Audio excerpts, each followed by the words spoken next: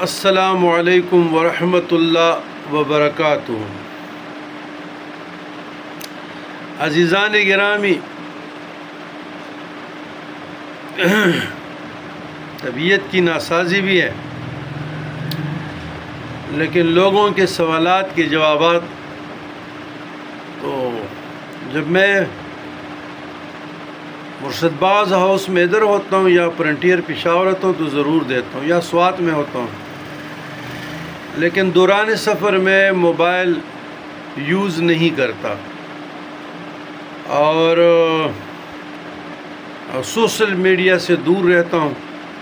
تو اپنے دوست احباب متقدین مریدین پریشان ہو جاتے ہیں۔ اس میں پریشانی کی بات نہیں ہوتی، کیونکہ ہماری مصروفیت زیادہ ہوتی ہے اور ٹف ہوتی ہے، تو کہیں پہ نماز پڑھانا، کہیں پہ خطبہ پڑھنا، کہیں پہ جنازے پہ جانا، تو پہاڑی علاقے ہوتے ہیں، ہر جگہ گاڑی نہیں جا سکتی، تو پھر قبرستان میں جانا، تو اس قسم کے بڑا مشکل ہوتا ہے کہ میں کسی کا پھر فون اٹینڈ کروں، جواب دوں۔ تو یہ سوال ہے نیک ہم سفر کے لیے دعا۔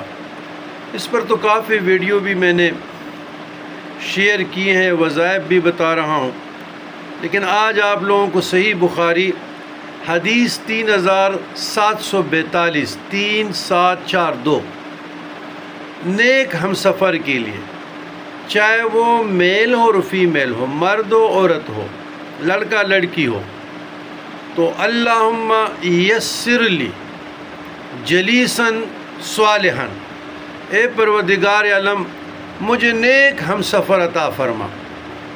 تو یہ دعا کثرت سے پڑھا کریں حصول مراد تک۔ اللہم یسر لی جلیسن صالحن، اللہم یسر لی جلیسن صالحن، یہ دعا کثرت سے پڑھا کریں نیک ہم سفر کے لیے۔ انشاءاللہ تعالی اللہ تعالیٰ کرم کرے گا، فرم کرے گا اور فضل کرے گا، اور نومیدی جو ہے نا، جلد بازی سے دور رہو۔ میرے بہت فالوور مریدین ہوتے ہیں، رب سے بھی دور ہو جاتے ہیں، تو آج ہزاروں میں پڑھ لیا، کل تھوڑا سا پڑھ لیا، ایک مہینہ پڑھ لیا، 7 دن پڑھ لیے، پھر وہ متزلزل ہو گئے، غیر اضطرابی کیفیت کے شکار ہو گئے اور ذکر کو چھوڑ گئے۔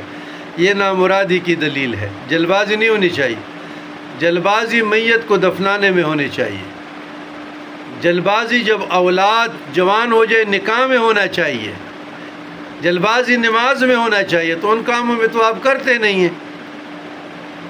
تو دیکھیں، جھوٹ بولنا چھوڑ دیں، آپ کے سارے معاملات ٹھیک ہو جائیں گے۔ نماز کی ادائیگی کریں، تھوڑا ذکر کرو، ہمیشہ کے لیے کرو، انشاءاللہ زندگی باغ و بہار ہو جائے گی۔ والسلام علی من اتبع الہدی۔